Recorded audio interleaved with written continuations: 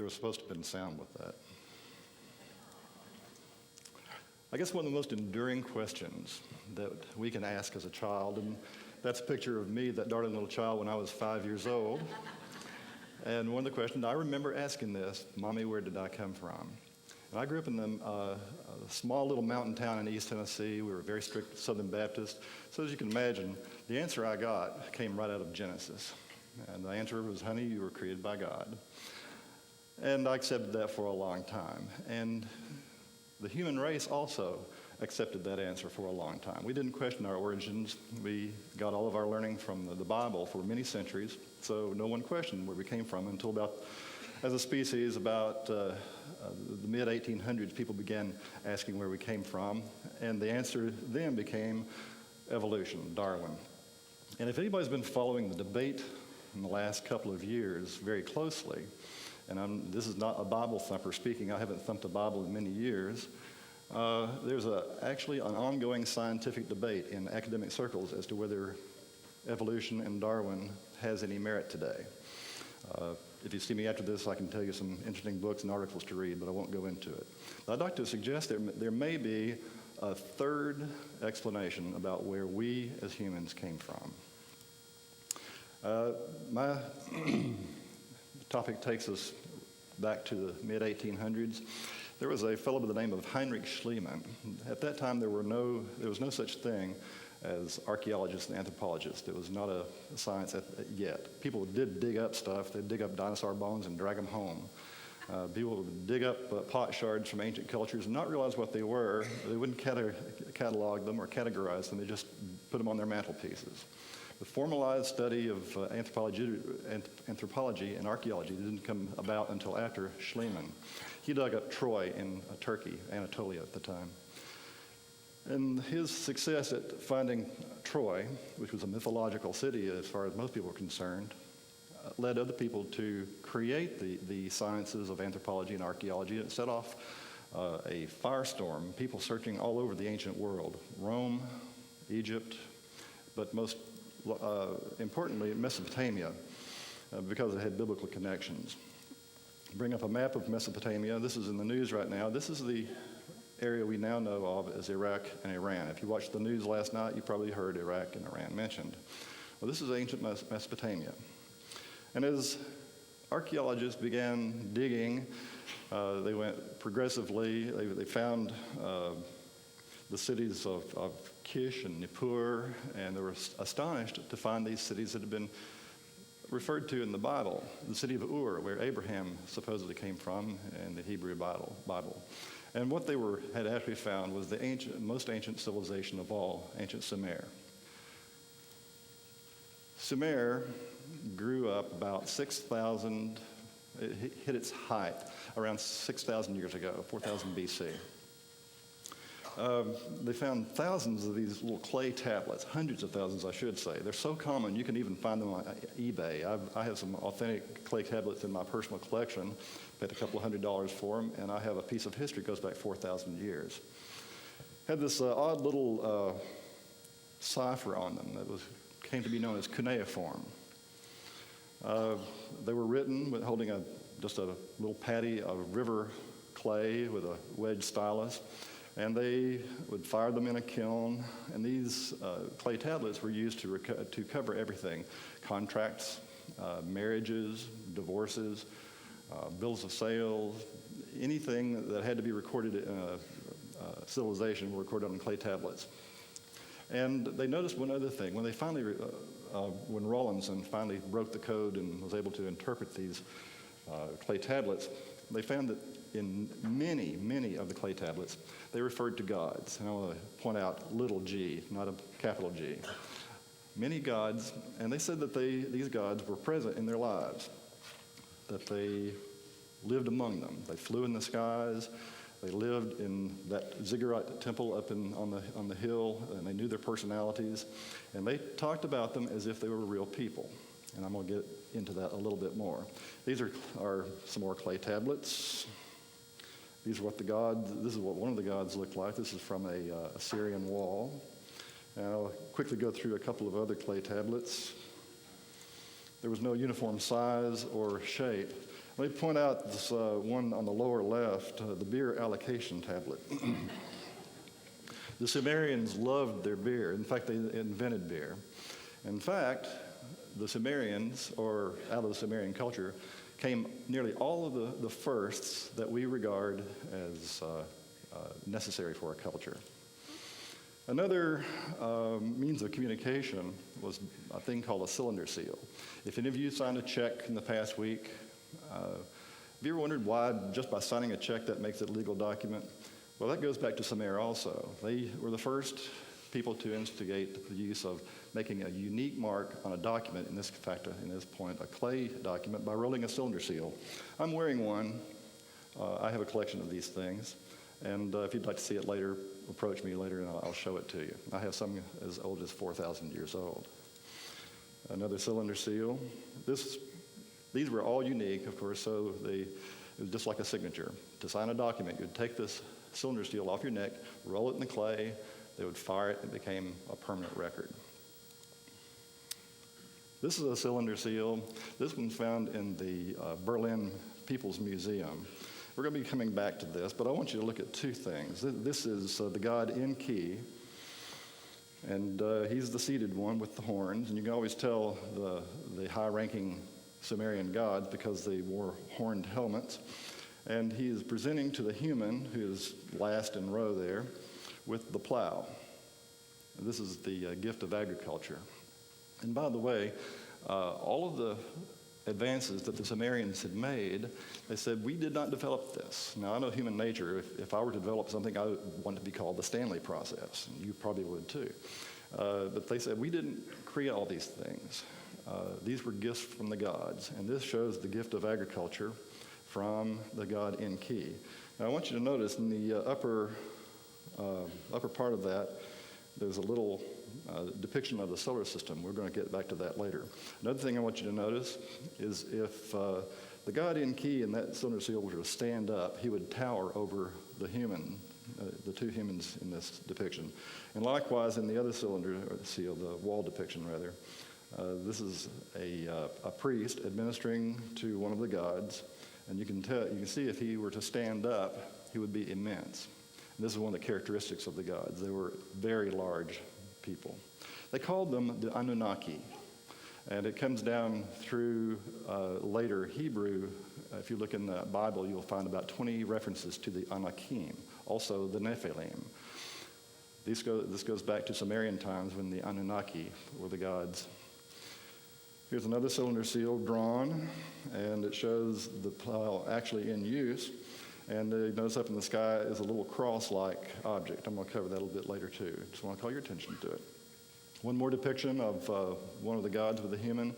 This is the head of the stone of the law of Hammurabi. If you've ever heard of that, that is supposedly the first law ever given to man. Well, first, Hammurabi did not write the code. He claims in the prologue to the law that the law was given to him by the god who is seated there, Shamash. And again, you can see that if the seated god, and you can tell he's a very high-ranking god because of the number of horns on his headpiece, if he were to stand up, he would tower over the king Hammurabi. This is a different depiction of Shamash. It actually is about 500 years later, and I think you can see a definite resemblance. So although the two pieces of art are 500 years apart, they still seem to know what he looked like. So that indicates to me that just perhaps Shamash was a real person. Here's some pictures of Sumerians in their daily lives. These are humans. These are on this side, upper, is a priest, and on the far side over there is a scribe. The others are merchants and people of the middle class. Down below is one of the first family portraits. And I think you can probably notice one of the common traits in many, if not most, of the Sumerian statues. I've got one in my collection, hands folded like this, in a votive pose, a very devout pose. Now, they're not praying to these gods. We didn't come about the concept of praying as we know it until much later. The word prayer actually goes back to a Hebrew word, avad, which goes back to the Sumerian word, avad, which means work for. These Sumerians did not pray or worship their gods. They worked for them. This is King Gudea. And these are different depictions of him throughout his life. He had a nice long reign, and he built the ziggurat at Ur. It's still standing today. It's being guarded by American troops. And again, you see that votive pose, as if to say, I work for my God. Sumer blossomed about 4000 BC. It was at its height. And many of the firsts that we know of as human culture came directly from Sumer. Metallurgy, they had the first written language, the first written music, the first doctors, and believe it or not, the first lawyers. They had a bicameral Congress. Like we have a Senate and a House. They had a bicameral Congress too. They had navigation, did I say metallurgy, mathematics, astronomy, I'm gonna get back to that. Many of the firsts came from Sumer. And the surprising, astonishing thing about Sumer is these things came about rather suddenly. Now, when I say suddenly, I'm talking about a couple of thousand years, but in terms of human development, that's very sudden. Here, by the way, this is Sumer was the first to have a standing army. I was in the Marine Corps, and I know from that experience that any kind of military is a huge organizational endeavor with training and supplies and logistics and all that goes with it. Well, Sumer had ample people and resources to have a full-time professional standing army, and here's one depiction of them. Now, all this stuff came about very suddenly in Sumer. And by way of comparison, I want to show you something else in the hominid line. This is pre-human.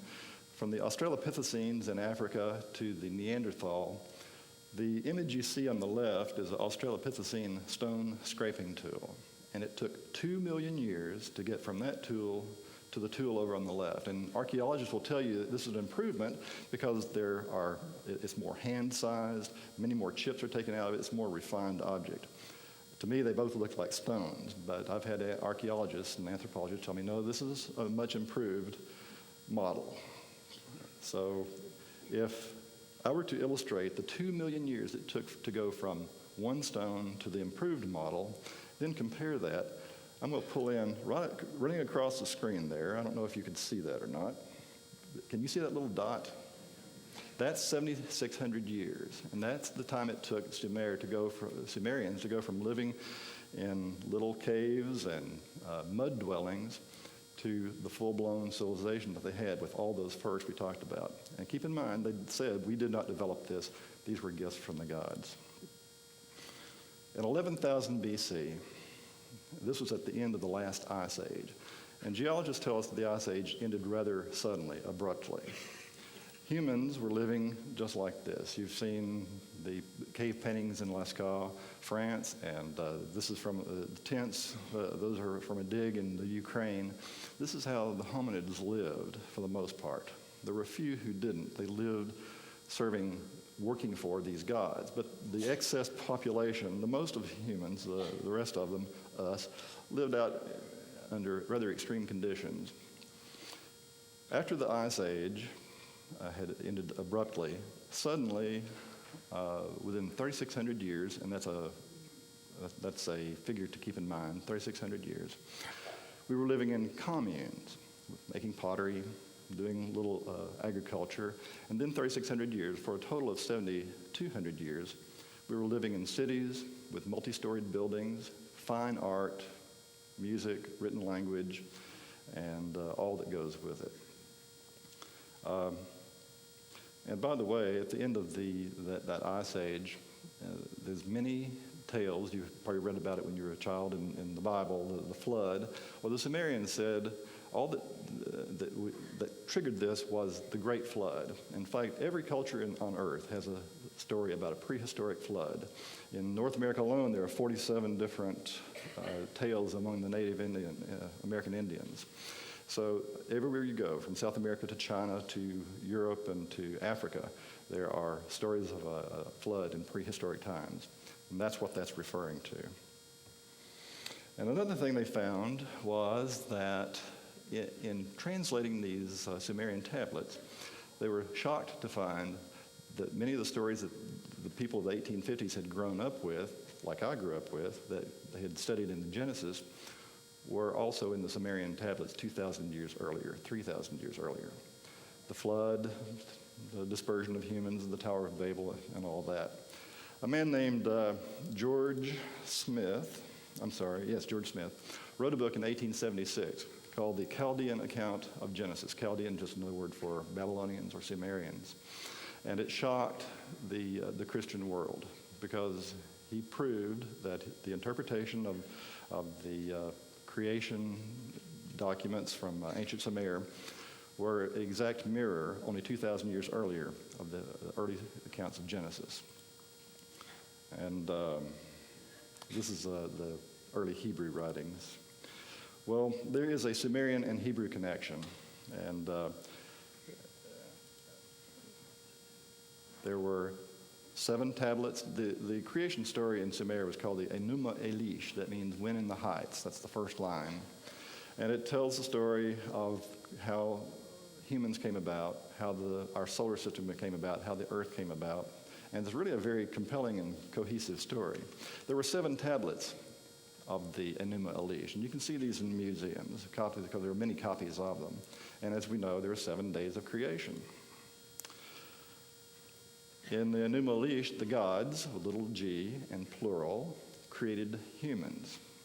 And if you are familiar with the Hebrew version, not the King James version, but if you look at the Hebrew original version of the 2 accounts of creation, and there are 2, if you read Genesis, there are 2 different versions of creation. And in the Hebrew version, it says, the Elohim, the gods, created man. The first men in the Sumerian account were called the Adapa or the Adamu, means earthling. Adamu later on became Adam in the Hebrew account. There was a garden of Eden talked about in these tablets. It was an orchard. It was also apparently a genetic research station run by the Anunnaki, the gods, and that filtered down to the later Hebrews as the Garden of Eden. One of the chief gods, Enki, that means earth commander. His name was also Ea, means whose home is water. And he's depicted, not because he was an evil person, but he was depicted as a serpent because he was a very wise person. In Sumerian culture, the serpent is extremely wise. So Enki is often depicted as a serpent. I'm going to show you some cylinder seals. And of course, we all know the story of the evil serpent in the garden who tempted Eve. There's a story in yet another document of a Cain who killed his brother and was banished. And we all don't know that as the much later Hebrew story as Cain and Abel.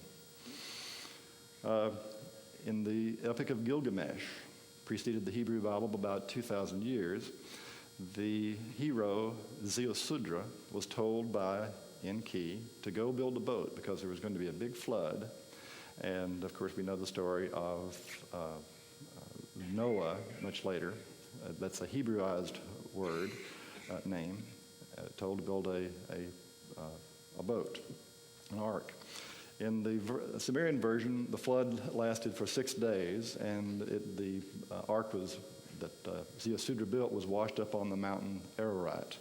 And in the Hebrew version, the flood lasted for 40 days, and the ark washed up on Ararat. I think 40 days was chosen because 40 has a mystical import to the Hebrews. Likewise, 6 had a mystical import to the Sumerians. The story of grain and cattle is a big story in Sumerian culture, and also if you look in the second story of creation in Genesis, it tells of the story of the creation of grain and cattle. Mankind spread over the earth. 2 different versions. The Tower of Babel in the Hebrew version, and the earlier version, mankind was just spread across the earth because there were too many of us. Once we were created, we tended to outstrip we were very prolific, shall I say. And in the Enuma Elish and in the Atrahasis and other accounts that there were some rebellious cities that had to be destroyed by one of the gods. And that came down to us in the Hebrew version as the destruction of Sodom and Gomorrah. I could go on, but I've run out of room. There are many other parallels. King Sargon, for example, of Sumer, was born in secrecy, and his mother hid him, put him in a basket and of bulrushes and set him adrift. It's the story of Moses, on and on and on. I'll not belabor that anymore. You get the point. The Hebrew Bible, the Genesis account of creation that we know, came directly from Sumer. And what we have is a shortened and edited version. If you want the longer version, go to the Enuma Elish. And what is the connection? Well, Sumer and Israel, where the Hebrews were, are very close geographically. It's a very short hop from Babylon to Israel, and as we all know, maybe you do, the Israelites were taken into captivity in the 6th century BC, and that's how they were exposed to those stories. Before the Hebrew Bible came about, they were exposed to them in Babylon. They wrote them down, put their own version, their own spin on it, and that's why we have the Hebrew Bible and subsequently the King James Version today. It's the Enuma Elish. Well, one of the astonishing things about Sumer, and among all the other firsts, was they had a very well-developed astronomy and cosmogony, an explanation of how the solar system came about. According to the Enuma Elish,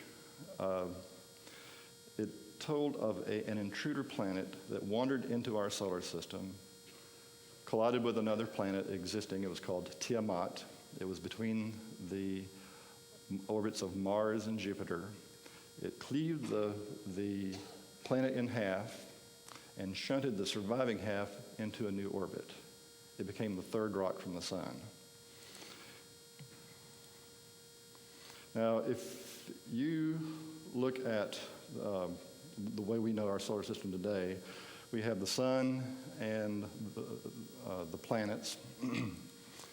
Well, the Sumerians had had a similar way of looking at the solar system. I'm going to zoom in on this.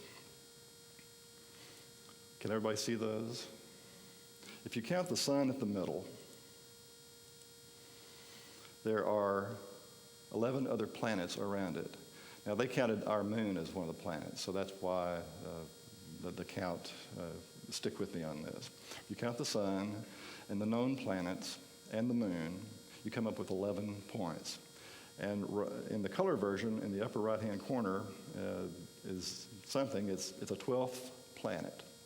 They claimed that this 12th planet, and that's, don't forget, including the sun and the moon, is a part of our solar system. They call it Nibiru.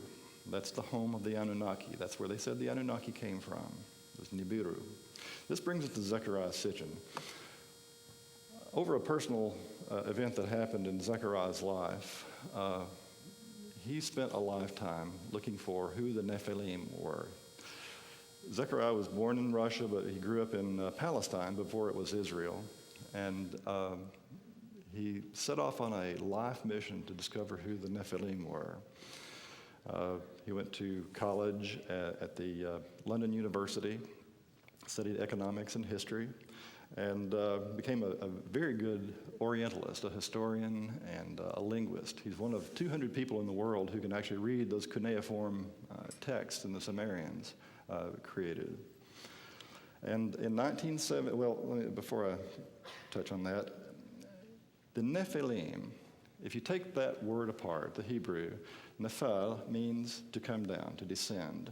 And if you add the plural ending, him, you get those who came down. And the Hebrew version, Nephilim, means those who came down. Well, came down from where? As a similar model, the word for God in Hebrew is El. And there's also a poetic version up there, Eloah. You find that in Proverbs, but those are singular. But whenever you see in the Hebrew book, Elohim is referring to plural, gods. Like similar fashion, the word Nephilim, and we're reading from right to left, that's how Hebrew is written. You see the same suffix for Elohim and Nephilim. He determined finally that he traced the usage of the word Nephilim back to the original source, to the Sumerian documents, and they were talking about the Anunnaki. Those were the gods that Zecharia Sitchin finally found. And after 20 or 30 years of muttering to himself and studying this topic, his wife, bless her heart, finally said, quit talking about it, write it down. So in 1976, he wrote the book, The 12th Planet. It's been almost 30 years ago. That book came out. You can still go into any large-sized bookstore and find that on the shelf. That's quite an accomplishment for a book to stay on the shelf in print for 30 years. If you haven't read it, I strongly recommend it to you. Zechariah speaks many languages and a very erudite and scholarly man. The 12th Planet might be a challenging book for some people because it is rather scholarly. In this picture, Zechariah is talking to Monsignor Balducci, who is a theologian with the Vatican. And Monsignor Balducci says, there is definitely something to Zechariah's thesis. So if the Vatican is saying that, who am I to doubt it? And I just want to throw a couple of pictures in of me and Zechariah. I've met him several times. Very engaging, very interesting person. Now, the Sumerians wrote the 7 tablets of creation called the Enuma Elish, and they talked about this intruder planet Nibiru. And it was captured into orbit around our sun and took on an orbit of 3,600 years, a very elliptical course. Why should we believe the Enuma Elish? Well, for many years, for example, we thought that Neptune and Uranus were gaseous giant planets. It was just a good assumption to make. But the Enuma Elish said, au contraire, Neptune and Uranus are watery twins. And astronomers poo-pooed that until Voyager 1 did a flyby and sent back pictures. And they said, my goodness, they're watery twins.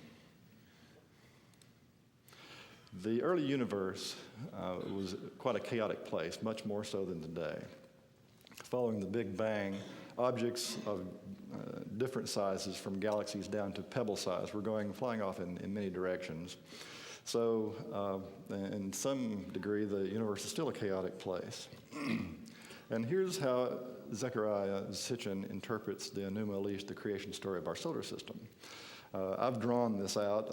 I omitted the outer planets, just the inner planets, so please forgive my artisan attempts here. This is what the inner planets would have looked like. You had Mercury, Venus, then the third planet at that time. This is about 4.5 billion years ago, by the way.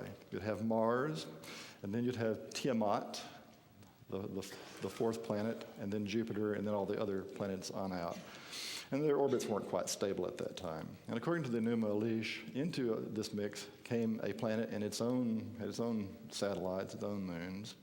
And as it approached, and it actually made several passes through the inner solar system, and on one of its passes, one of its moons struck Tiamat, cleaving it in half. One half was shoved into a new orbit, inside the orbit of Mars, making now this new surviving piece of rock, the third rock from the sun. And what was left over, the pulverized part, became what we know today as the asteroid system. And also many of the objects, near-Earth objects that still, the comets and the meteors that still fly through every once in a while.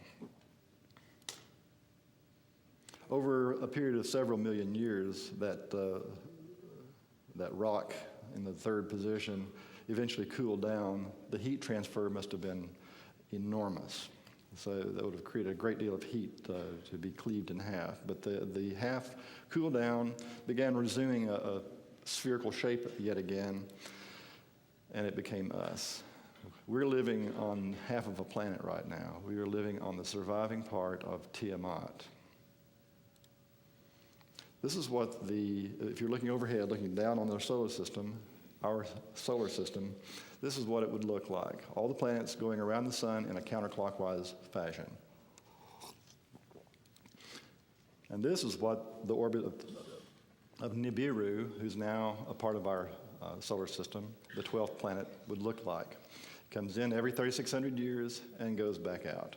Comes back in every 3,600 years and goes back out. Life sprung up on Nibiru before it did on Earth. And the inhabitants of Nibiru, the Anunnaki that the Bible spoke of as the Nephilim, came here to exploit our mineral resources. Nibiru's orbit would look something like this, coming into the inner solar system every 3,600 years, and then going back out, not to be heard of again for yet another 3,600 years. And it's at this point, I think, and Zechariah thinks, and many other writers think, that every time the planet comes in, the Anunnaki come over here, check us out, pick up some more minerals, and lately have been imparting to us technology like the plow and other things, maybe doing some genetic upgrades, and then going back on their merry way. They don't want to stay here because this is a tough duty station for them. This is a hostile place for them to live. Sometimes it's a hostile place for us to live. They call the planet Nibiru throughout human cultures all over the world. It's called the planet of crossing because it comes through, it crosses through our sky, crosses the orbits of Mars and Jupiter. It revisits the asteroid belt where it first struck the planet Tiamat before going back out. It never comes near Earth. It's not a physical threat to Earth. But the cross symbol predates Christianity by many thousands of years. Here are several of them. The upper right is an Egyptian cross, or a drawing of one. The two in the lower left, those are pre-Columbian in South America. And over here, if I get my pointer to work, maybe you can see it from the Egyptian Book of the Dead. There are two crosses in that depiction. I can't seem to point it. Perhaps you can, I can't see where it's falling. Anyway, I trust that you can see those two crosses in the Egyptian Book of the Dead. And here's yet another Sumerian cylinder seal with what looks like a Maltese cross on it. Well, people for years looked at Zechariah Sitchin's 12th planet and said, you can't have planets that have that wild of an orbit, that eccentric of an orbit. It just probably wouldn't happen. Well, just recently, in 2003, the French science magazine Science et Vie, Science and Life, a French astronomer said, yes, there probably is another planet in our solar system, and it probably has a very elliptical path, just like this. Science is beginning to catch up to this idea. And in fact, I noticed on space.com, the website, I don't know if you can read that or not, but there was an article that said that, in fact, many orbits, many planets have eccentric orbits, wildly eccentric orbits. So it's not so unusual. I think Zechariah is truly onto something. Now this is a depiction of a cylinder seal. For some reason, the Sumerians gave Mars the number 6, and Earth was depicted as number 7 for some reason. And you see in the right hand, there's a god probably in key on Earth, and you count the 7 dots, and there's the moon. And he's communicating, saying hello to someone on Mars, and I know it's Mars because there's a little object that has 6 points on it. And they're probably using what looks like some communication satellite to say hello. And for years, Sumerian scholars didn't know why Mars was depicted with the number 6 and why Earth was depicted as the number 7. We think of ourselves as the third rock from the sun, so we'd be number 3, and Mars would be number 4. And in fact, there's another cylinder seal below there showing Earth and Mars. Well, it took Zechariah to figure out that if you're coming into our solar system from the outside, if you count from Pluto to Uranus and Neptune, Saturn, Jupiter, the 6th planet you come to is Mars. And then the 7th planet you come to is Earth. So that's why Earth is depicted as 7 and Mars is 6. Interesting, huh? Now, the Sumerians told us that these gods were real flesh and blood people. They had warts and all. They were sometimes nasty people. They were sometimes beings. They were sometimes had altruism. They had good traits. They had bad traits. And they were living among them.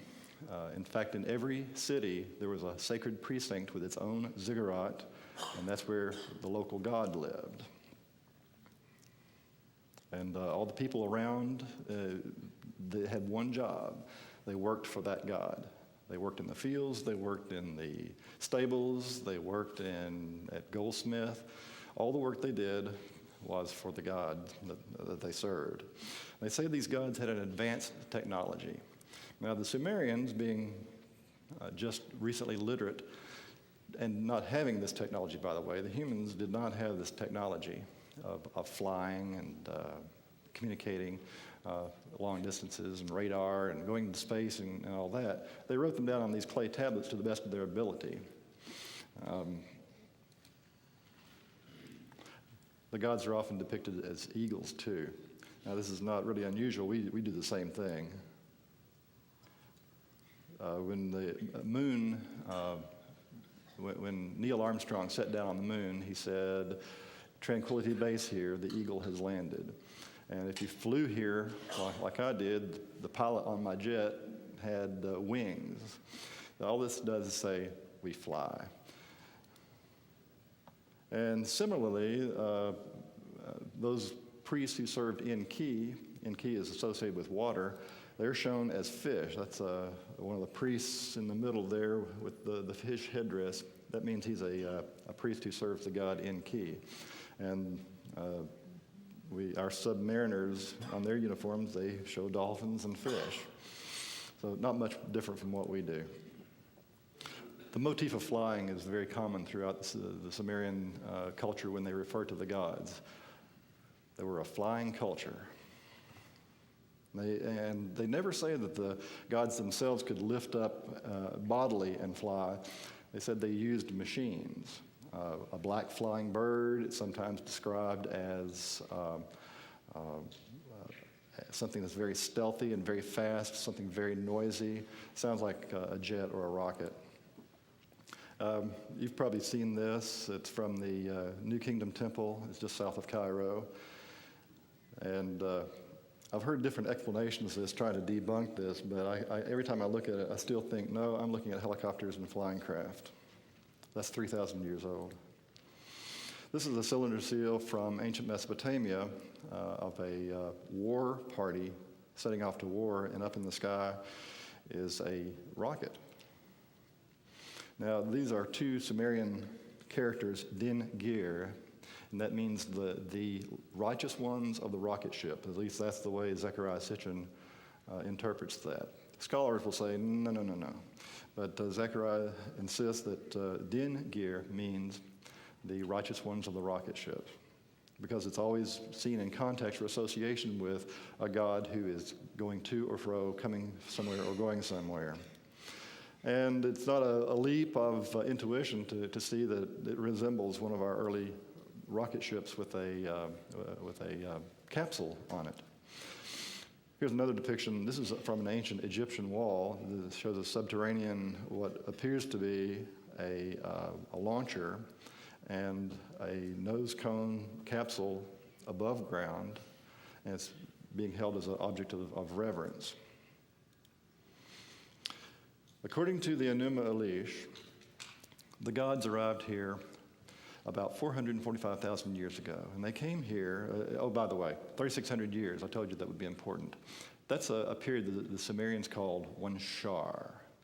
Now, why would pre-literate people need to have a period of time that is defined as 3,600 years? Well, the reason is that's the one orbit of Nibiru, and they referred to shars as 3,600 years. It's in the Sumerian language. So the Anunnaki came here 120 shars, or 445,000 years ago. They were looking for minerals. Apparently their own planet was mineral poor, and they discovered that Earth is very rich in mineral deposits, especially gold. They didn't use gold for commercial purposes. They used it for electronics. They used it for to plate their windows, just like we do. The Challenger is the shuttle is the windows are plated in gold. It retains heat, and some of the better windows in sky rises are plated in a very thin layer of gold. The Anunnaki had the very same purposes. There's some speculation, too, that they were trying to preserve their atmosphere, that repeated trips through the inner solar system was depleting their atmosphere, and they planned to suspend gold in very fine particle in a mist in their atmosphere in order to protect it. That's one theory. When they first came here, they landed somewhere in the Persian Gulf. That's why they're so associated with Babylon, just because that's where they first splashed down. They created a colony in the marshy areas. They called it Eridu, means home in the far away. And their first homes were probably something like this. This is what people living in those marshy areas today are living like. And the Anunnaki probably lived just like that.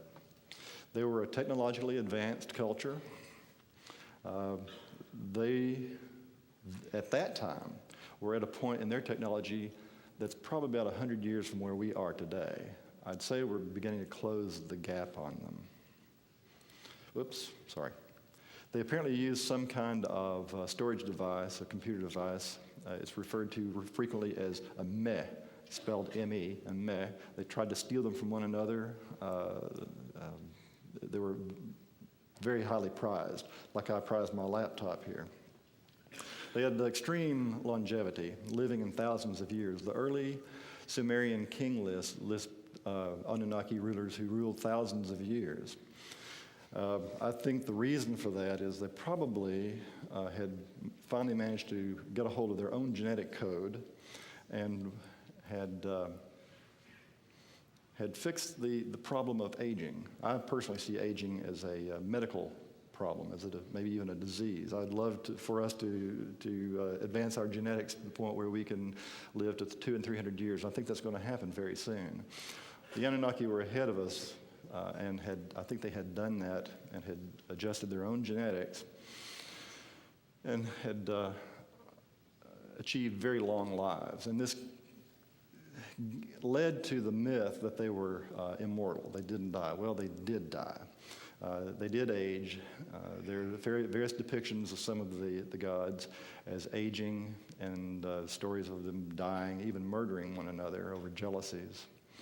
So they could die.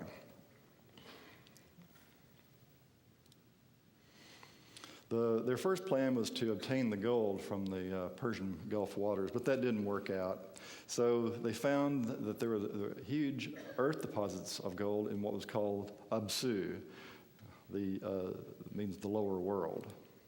Now, from Sumer to the lower world, southern Africa, is a southerly direction. And this implies to me that someone had an idea of global spatial concept. They also called what we call the Mediterranean Sea, they called it the Upper Sea. And you don't know that it's the Upper Sea unless you can depict or picture in your mind the globe as a sphere oriented North Pole, South Pole. So the Mediterranean Sea was the Upper Sea, and Southern Africa was the lower world. They set about mining this gold in southern Africa, and they worked there for many thousands of years. And they would transship the gold shipments first to Mars and then to Nibiru every time it came through. Now, I mentioned Mars. Let me throw up some real quick pictures. Everybody here should be familiar with the planet Sidona and some of these odd pictures that have been taken. We don't know what some of these are. This is something, if you go on the name escapes me. Hoagland, thank you. Hoagland's website. This is referred to as the fortress. Straight objects and things with angles don't occur in nature.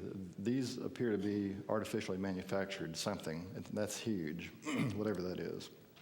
And here's an anomaly found in one of the craters in Mars. Something has happened on Mars in ancient times.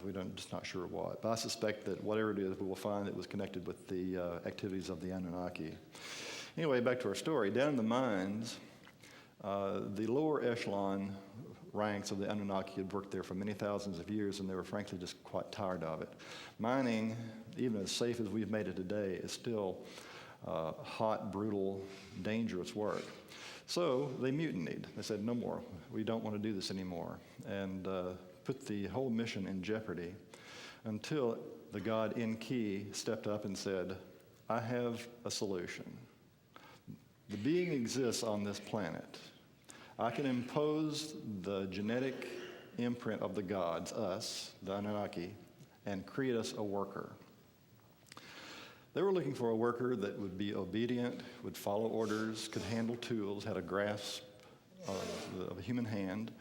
And what they got, I suggest to you, was us. The Hebrew Bible says, and Elohim said, "Let us make man in our image after our likeness." And don't forget, that comes from the earlier Sumerian Enuma Elish, which says, "The creature exists, bind upon it the image of the gods." Well, Enki and his half-sister, Ninti, also known as Ninhursag, set about the task, and probably it took them several hundred years to do. In the biblical version, we think of it happening overnight or in 7 days. It probably actually took several hundred years to do. But it had a few false starts, too. The full story is interesting. Read The 12th Planet if you want to know about it. And the creature I think that they used, since we seem to be the most closely associated with this creature, was Homo erectus. And from Homo erectus, using genetic manipulation, this is about 250,000 years ago, created us. Now, Newsweek did a story sometime back on the human genome search, the mapping. Apparently, they were in the search for Adam and Eve. They somehow thought that Adam looked like Lionel Richie, but that's how their cover is depicted.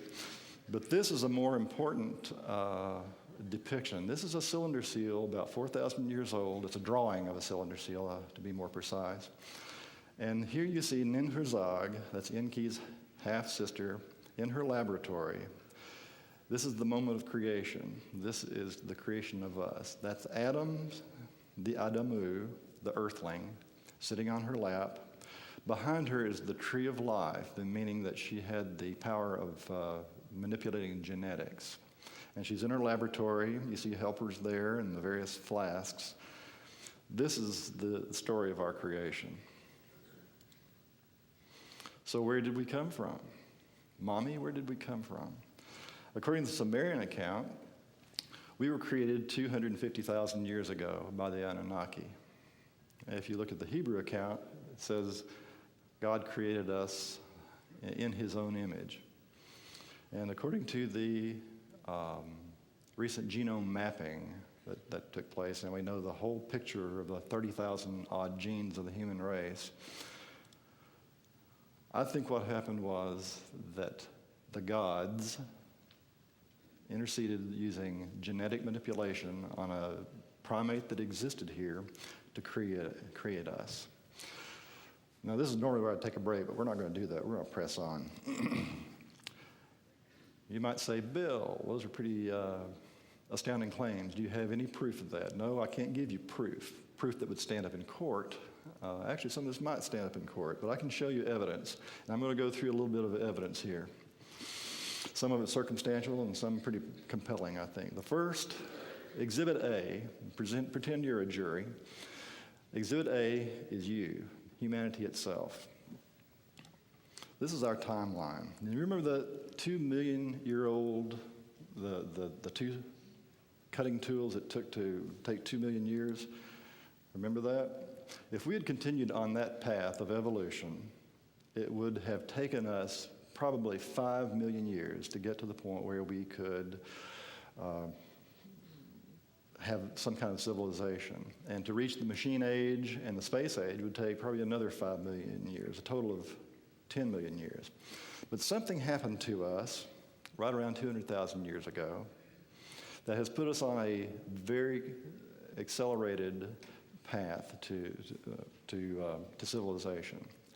So instead of hunting our food, we now go to Kroger or the Bilo.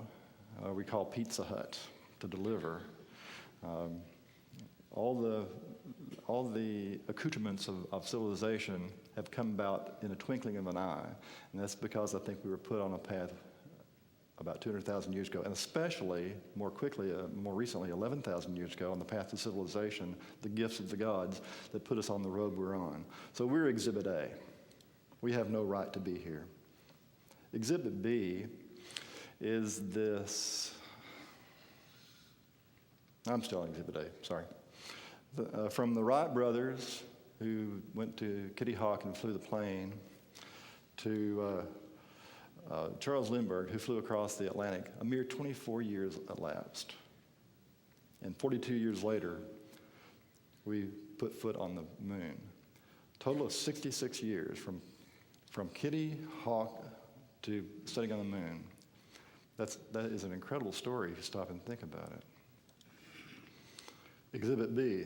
This is Exhibit B, and I want to acknowledge a debt of gratitude to Lloyd Pye on all this genetic stuff. Lloyd, by the way, is the one in the upper right-hand corner. Are you out there, Lloyd? According to Lloyd and other writing I've pursued, we're not really a primate. We have so many differences between us and the primates. Bone density, I could go on all day about anatomical differences, but I won't. We have entirely different skulls, bone density, muscle structure. We have eyes that are more rectangular in shape, eye sockets, and we're adapted to looking at visual in the daytime. That's why we have to have night vision equipment to assist our nocturnal vision. The primates can see very well at night. We walk upright most of the time. The primates rarely walk upright unless they're trying to reach something. And if we were supposedly evolved on this planet, we're very poorly adapted. Show of hands, who's had a sunburn in the last year or two? We are not very well adapted to living on this planet. And our hands. Primate hands are designed for crushing and for grasping, gross motion. Human hands are designed for fine things like playing the violin, a keyboard, driving. There's a huge distance between primate hands, primate anatomy, primate philology, everything, and humans. And the thing is, we appeared way too suddenly in the fossil record for any kind of evolution to have taken place. Does size really matter? In terms of brain power, it does. And more importantly than size are the convolutions of the brain. Now, here's, I don't know if you can see that or not. Here's a postcard next to a mouse and a small marmoset monkey. If you took a marmoset monkey's brain and all the convolutions and spread it out, it would cover that postcard. The mouse's brain would cover the postage stamp. A chimpanzee, or in this case, Homo erectus, if you did the same thing, we can extrapolate this from fossil finds, spread out the brain and smooth out all the convolutions, would cover about one page, about that size right there. But suddenly, in the fossil record, humans appear 250,000 years ago with no precedence. We're just there. And our brain would cover 4 pages. And we appeared too suddenly to have evolved here. Something happened. We are a special case of evolution.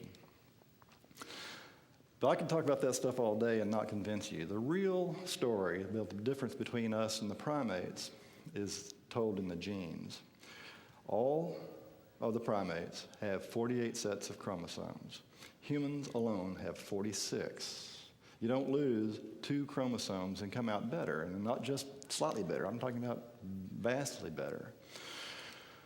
Well, the story is told right there in the 2nd and 3rd chromosome. We didn't lose anything. In the human chromosome, in the human genome, the 2nd chromosome is the 2nd and 3rd primate chromosome that have been fused. And that's a process that doesn't occur in nature. That's a process that occurs in the laboratory.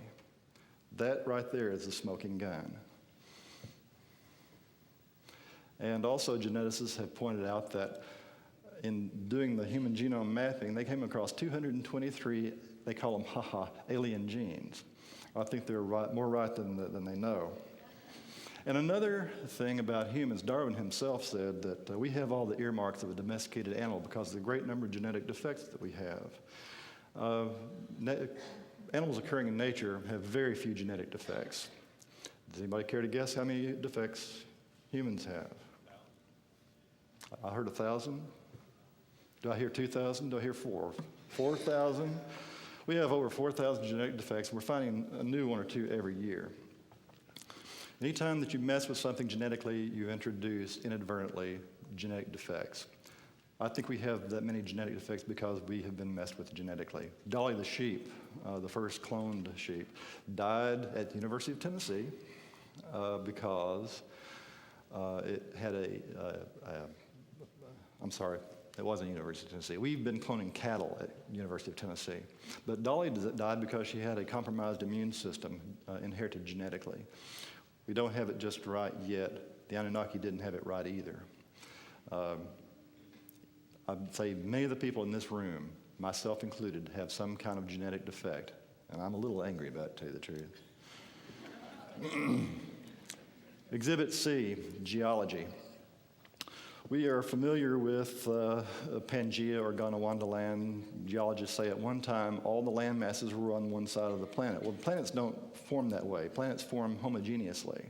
Why would we have the land mass on one side of the planet and only gradually would they move through tectonic motion into their current location? I think it's because our planet was struck, cut in half, and the surviving land masses then were shifted into their current location. This is a depiction of the Earth. Has anybody flown over the Atlantic? You know, it's a long flight. It's a really long flight. You can catch 2 movies and a nap and a meal and sit down jet-lagged in London. Well, let me rotate that. If you've ever flown across the Pacific, you have a much longer trip. What you're looking at there is the evidence of a scene of a crime. This is where Nibiru, or rather one of its satellites, struck Tiamat. And this is today. This is even after millions of years of tectonic movement, we still have that much of the Pacific Ocean. And if you do core samples anywhere on Earth, you're going to come up with roughly 4 billion years. That's the age of the Earth. The only exception is the Pacific Ocean. You dig down, go down far enough and do a core sample, and you come up with a mere 200 million years. It's much newer crust. It's just taken that long for the crust to form at the Pacific. You're looking at half of a planet. We live on half a planet. I've already talked about the documentary evidence, Exhibit D.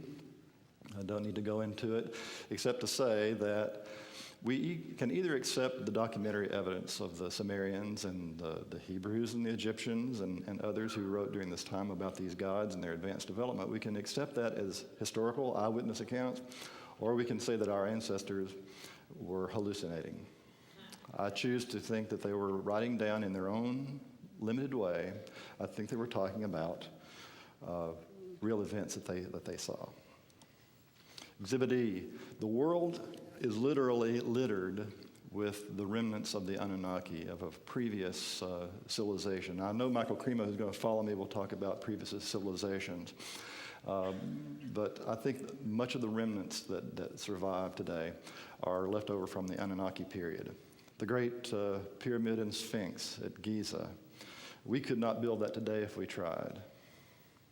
Here are a couple of more pyramids. We know exactly who built those. They're falling apart. In the bent pyramid there, they couldn't sustain the 52-degree angle, and so they then went to a lesser angle.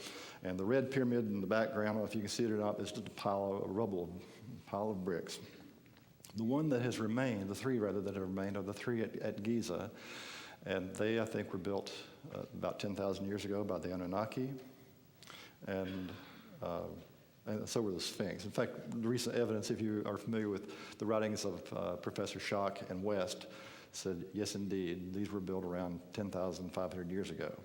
If they were, then they were built by the Anunnaki.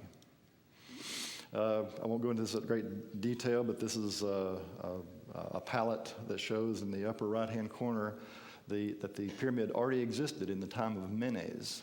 That predates Khufu by about 1,000 years. So sometimes the Great Pyramid is attributed to Khufu. He could not have built that. It didn't happen. And by the way, these pyramids were never the tomb of anybody.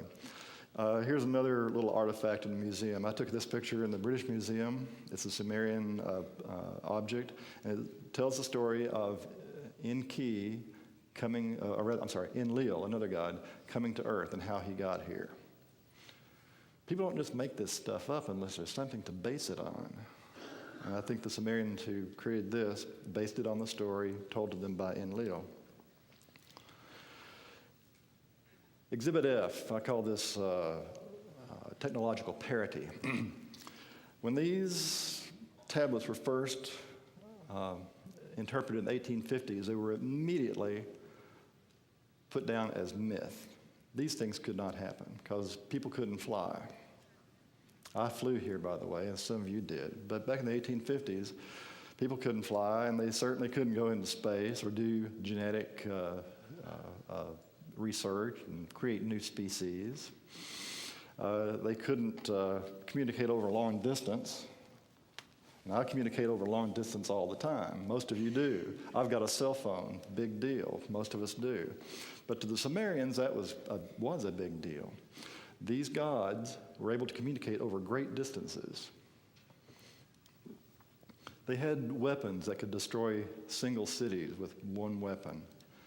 And they were able to go probe other planets and go places.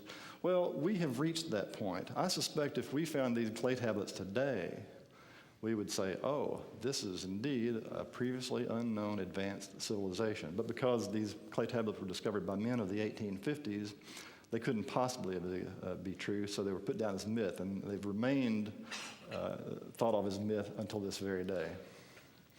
I won't go into a whole bunch of these. This is the famous Piri-Reis map in a Turkish museum. It shows the Antarctica region with all of its rivers and inlets portrayed.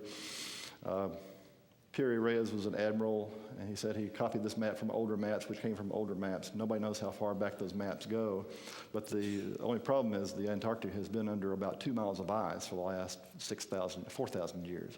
So there's no way he could have drawn this map. Who drew the original map? They think it may have come from the Anunnaki times. And also you had to be able to view it from the air to have drawn those maps. Anyway, the world of our museums, every museum has some kind of thing stuck in a drawer someplace that just doesn't fit the current paradigm. Exhibit H, astronomical exhibits.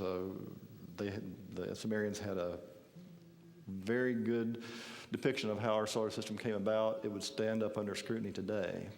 We've already talked about that. Exhibit I. Agriculture. Now, we are told, we were led to believe that agriculture came about from early farmers and Neolithic hunter-gatherers taking these seeds and domesticating them into the basic crops we know today: wheat, emmer, oats, barley, rice, corn, and so on. Well, I'm going to suggest to you that did not happen and could not have happened. Some of the fossilized seeds that we know of are about the size of a flea or a grain of salt.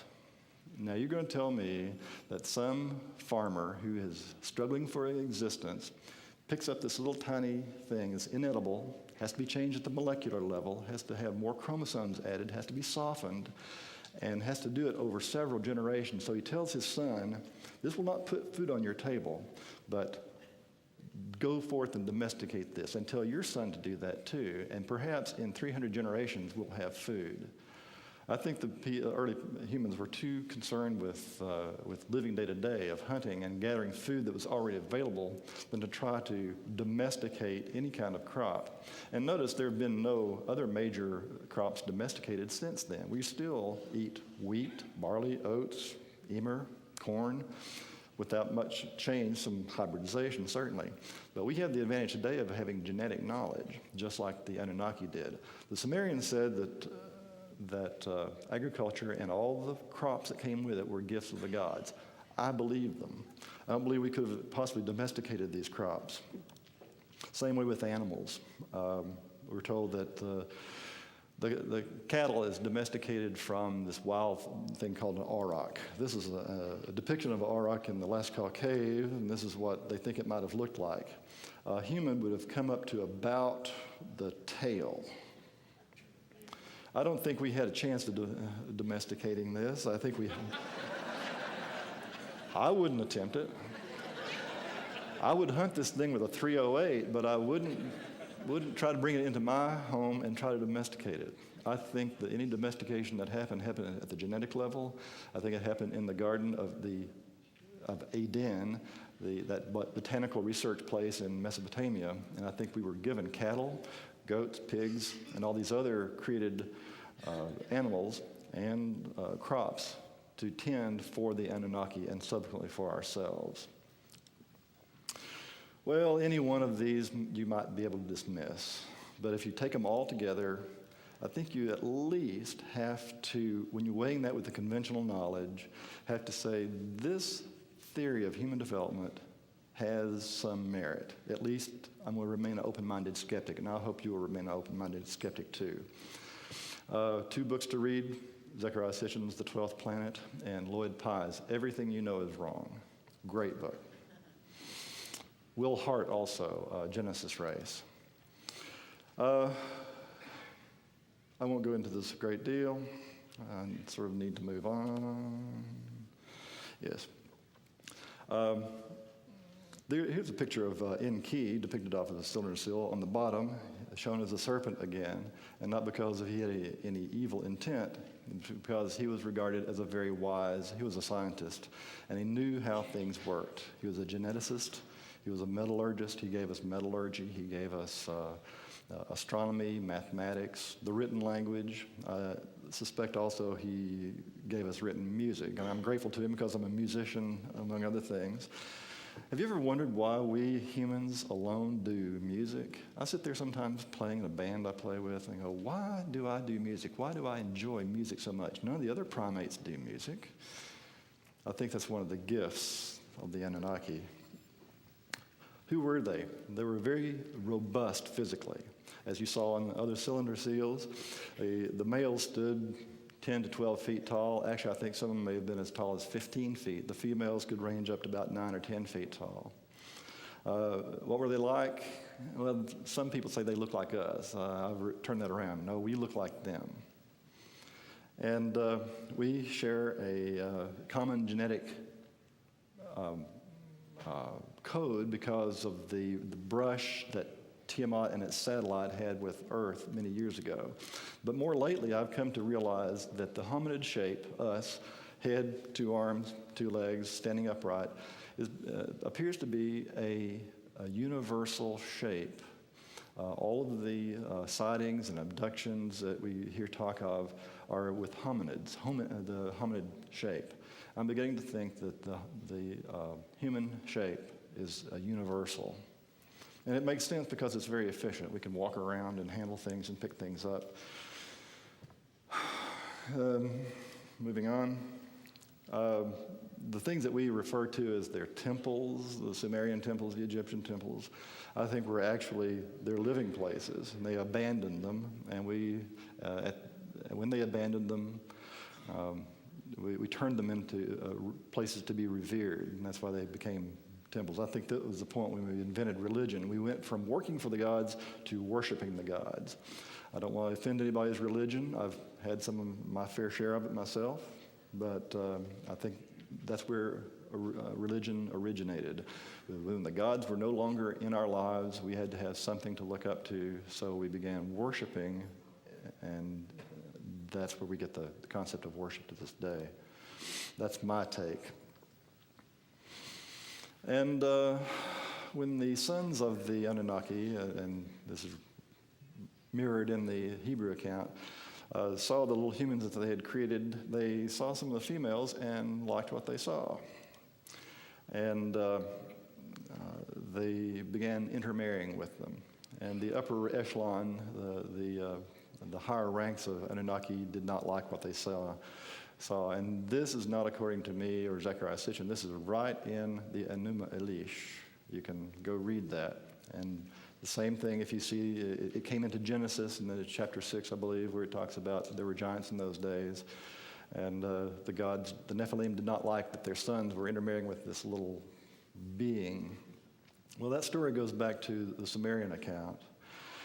So the upper echelon, Enlil and others, said we need to put an end to this experiment. Their time on Earth was drawing at a close anyway. And they knew something. They knew that Earth was about to be flooded. They knew that there were some natural disasters about to happen, and they thought, well, we'll just leave the planet and leave this creature to its own devices. They've outlived their usefulness. We no longer need them. We'll let them perish in this coming flood. Nibiru was due for another pass-through anyway, and they were getting ready to go off planet. And there were billions of tons, just like there is now, by the way. There's a 2-mile thick ice pack on the Antarctic region. Then, at that time, near the end of the last ice age, that was 3 miles thick. Much of the world's water supply was caught up in ice at the South Pole. So they thought that the gravitational forces caused by the passage of Nibiru would cause earthquakes and might shake loose that ice pack, flooding the world. So they decided they were going to leave and leave us to perish. Time was about 10,500 BC, and with billions of tons on the Antarctic, this is probably about what it looked like. If you could get a cross-section of the Antarctica region, and you notice there's a shelf, and there is a shelf today. It's very small. Don't worry, we're not going to be flooded anytime soon. But this may happen again in our distant future as more and more ice builds up on the ice pack. Millions of cubic miles of ice just ready to drop in. Have you ever dropped an ice cube into a glass and had it splash on your floor? The tsunami that happened last year in the Pacific was nothing compared with what would happen, and that's exactly what happened. The ice pack, once it crashed into the sea, would send waters flooding northward, and that's why we have so many accounts of floods throughout the world.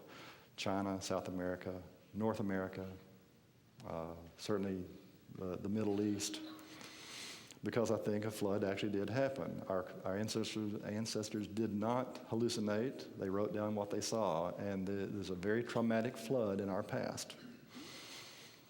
It might have looked something like that as the ice crashed into the sea, sending huge walls of water. Enlil had sworn everybody to secrecy. He's the God I love to hate. He wanted to do away with us. But Enki, he's the one who created us. He had developed an affection for us. And he took his favorite, who according to the Epic of Gilgamesh was Ziusudra, and said, I don't want my creation to perish. I want you to build a boat, a submersible boat, take on it. And he didn't take 2x2 animals like the Hebrew account shows. He took grain. He took genetic material. He said, take this on board and survive. Take your family. And that's precisely what happened. He built some kind of a submersible craft. And when the order was given, the gods lifted off. And this is, again, not according to me. This is according to the Enuma Elish and the Atrahasis and the Gilgamesh epic. And the floodwaters hit. The gods watched from outer space, and there are accounts of what they saw. There was weeping and wailing as they saw their former homes awash and flooded under several meters of mud, and all the humans killed off. After the floodwaters subsided, they came back and found that there were still a remnant. In fact, Ziusudra had survived. And farther inland, there were other small settlements of humans that had survived, living in these cave-like conditions. The excess humans, those who weren't useful in the fields, those who weren't useful to serve and work for the gods, who couldn't live in the villages for one reason or another, just for overpopulation, were sent out, were thrown out of Eden, as it were. In fact, that's where that story came from. To being expelled from Eden, it came from the excess surplus population of humans were sent out to live on their own devices. Well, these humans living in those conditions were the Anunnaki took pity on them, And they thought, we're not ready to abandon Earth just yet, so as long as we're going to live here, even for another few thousand years, we need the help of the humans. So they gave us the rudiments of civilization and set us on that path of civilization so that we had agriculture, we had metallurgy, we had a written language that we could pass stuff on. In fact, some of the early surviving clay tablets are textbooks, how to do things, how to make beer too. And then shortly after that, we had a full civilization that really shouldn't be here. The only reason that we are here is because the Anunnaki gave us these things. This is Tukulti Ninurta. He served a god called Nisku. And about this is him in 1210 in Happy Times. In 1208 BC, just a few years later, this is another depiction of him kneeling before an empty throne. Excuse me. And the inscription that goes along with this says, "What will I do when my master has gone away?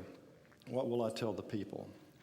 The God he served, that he worked for, had gone. In fact, about this time, all the gods were departing Earth. They had all they needed from us, and it was time to go. So they left, and left us on our own devices. I think from that point, we created religion and all the forms that we have today, whether you think they're functional or dysfunctional, we're stuck with them. The church, the governments we have, stem from that time.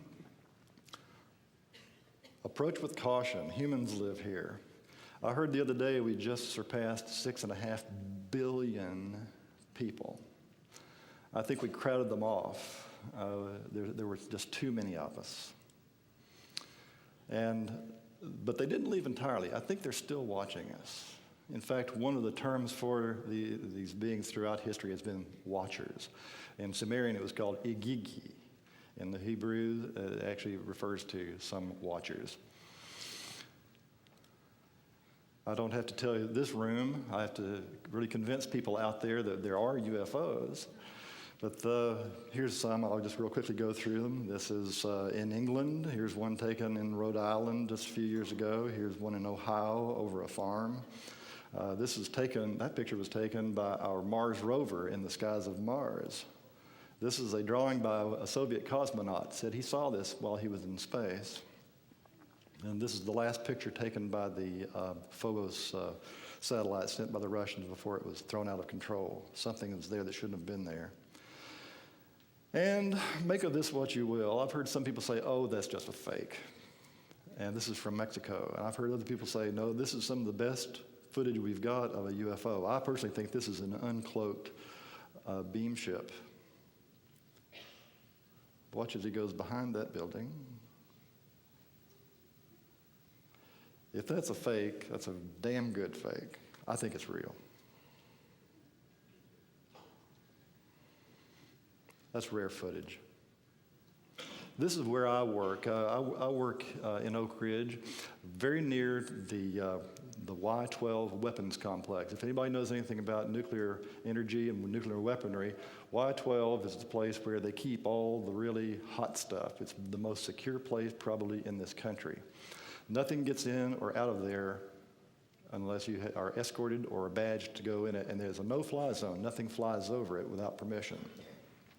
We were taking a picture of one of our dump trucks dumping at a waste site, and I get to review a lot of pictures, and I saw this, and I saw something up in the sky. I don't know if you can see it at that magnification.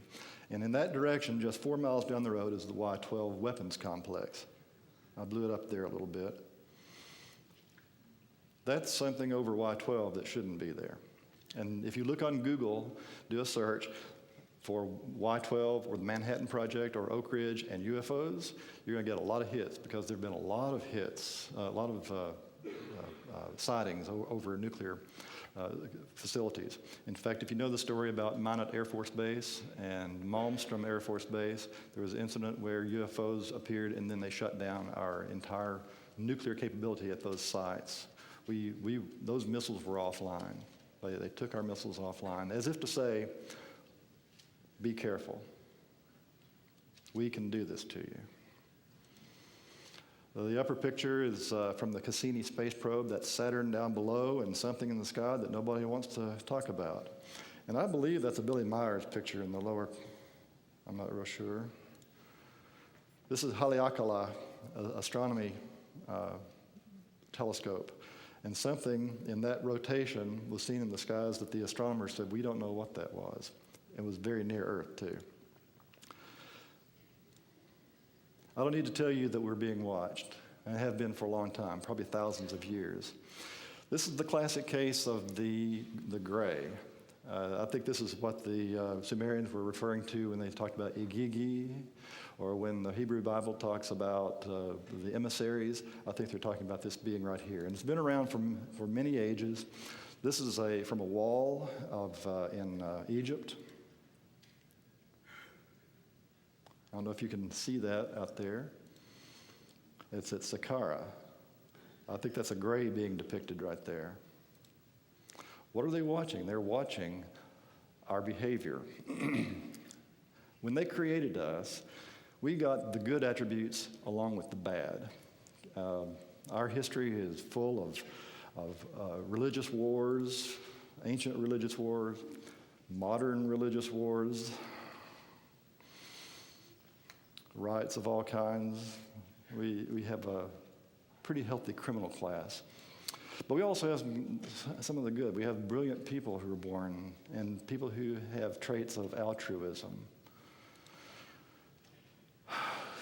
We do art and we do music, as I said before. These are the good things we got. We have to learn how to balance this. And what the watchers are really watching has become more intense since 1945 is our use of nuclear weapons. And I think that's why they've warned us about the use of nuclear weapons. I think someday in the very near future, probably in my lifetime, in your lifetime, most people in this room, we're going to come face to face with them again. I think we're going to meet them sometime early this century to the mid-century. I hope I'm around to see it.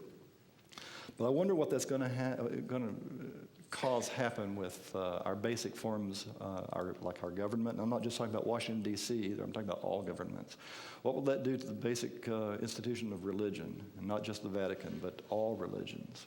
What would that do to, say, Islam? What would that knowledge do to Hindus? I have no idea, but we should be thinking about that. What would it do to our basic financial institutions? Where would my 401k go if suddenly a saucer landed on the White House lawn? I have no idea.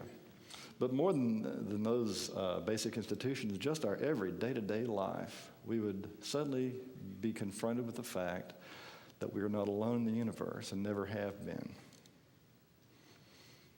This little jewel we live on is very precious, and I think they're telling us, take better care of it. I know if the UFO set down outside on the street today, people in this room would be much more accepting of it. But how is it going to affect the rest of humanity? And I'm just going to leave you with that thought. I can't answer that question, and that's why I'm glad to see these conferences happen. This is certainly not the end. I think the story has yet to be written, and I thank you all very much for having me here.